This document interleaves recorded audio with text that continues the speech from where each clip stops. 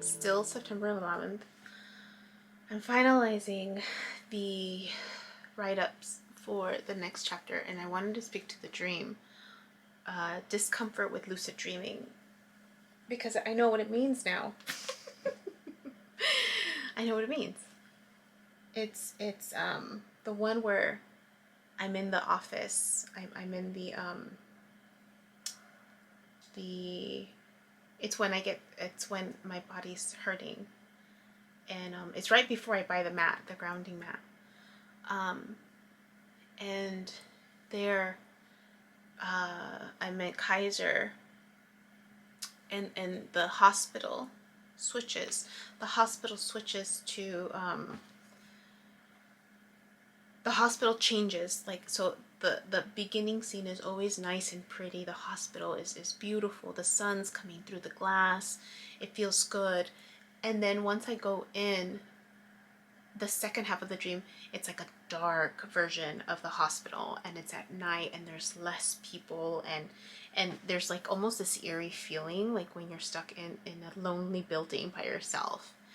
And so there was two parts. So it's discomfort with my body, and then discomfort with lucid dreaming are the titles of these two videos. And so I realized that because I was overworking, that's when I was getting the burning sensation. And so in the write-up, I talk about how I consider myself a recovering workaholic because it's hard to pace yourself, right? You've been just pushing, and work through the discomfort, right? No pain, no gain, to the point of exhaustion, right? Where you're bare bones at the end, and you're trying to come back to life. And so there's this element of not listening to your body, right? Like your body breaks down. Your body gets to the point of breaking down in order for us to wake up. And so,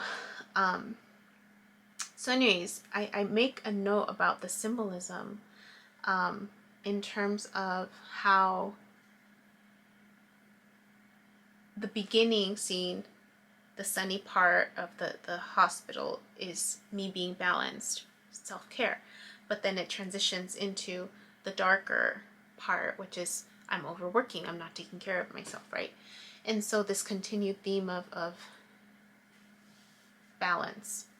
So then the one after that, where I'm lucid dreaming, but then I end up in that world with the alligators that I'm swimming over. And then I remember that dream because I remember feeling eerie that the people in the dream felt possessed. They felt like zombies, where they were just like going with the crowd, and it was everybody. Just when they started to stand up, it was this like being told they were being controlled, right? They were being told what to do. And I remember just kind of, and I'm assessing, right? Like, how do I act in this new world? And it's like, okay, they're all doing that, let me do that too. So then I started thinking, as I was listening to my self-talk, I'm like, well, that's like a kid, right? That's a kid coming into this new world, right? And we're training them, right? There's this training that occurs with how life is supposed to, right, be according to everybody else, and so everybody starts following, being in line. And so I remember as I was doing the write-up, I was like, they felt like walkers. Like, have you ever seen like what was that old show that my ex used to like, and I couldn't watch it because it had too much anxiety.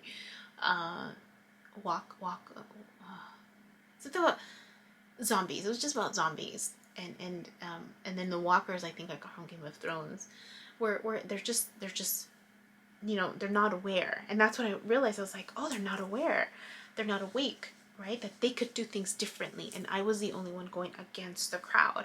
And so there was comfort in knowing I'm not possessed, I'm not controlled like everybody else. But then there was also discomfort in that same experience, because it's like, well, I know I have power to change my mind about what I want to do, but at the same time, because I'm going against the crowd, it's like, ooh, we get nervous about doing something different, right, that the norm is doing. And so especially when you've been following directions your whole life, right?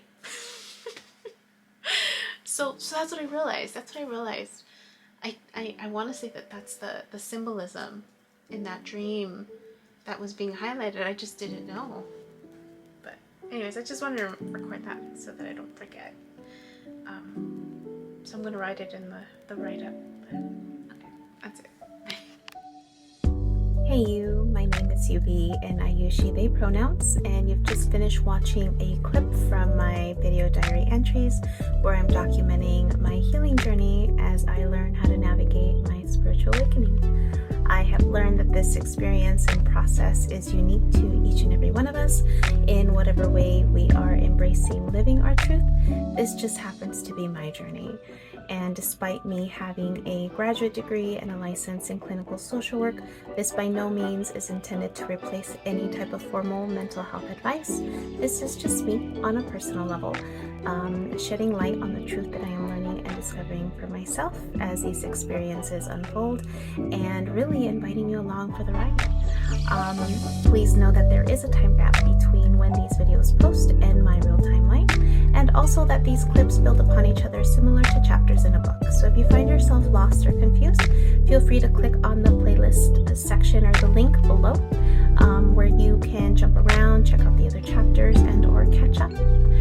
Also, please know that you're more than welcome to check out my website, www.youbecominghealed.com, where I've gathered all of this information, my background experience, and education to create online self-paced courses to help you on your healing journey wherever you are. You're also more than welcome to check out my other YouTube channel at You Becoming Healed, where I've entertained a podcast, including clips from these courses so that I can make this content accessible to more and more people.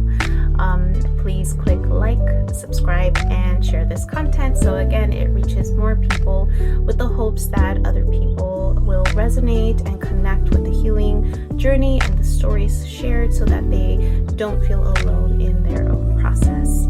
I thank you in advance. I'm grateful to you, and I wish you well.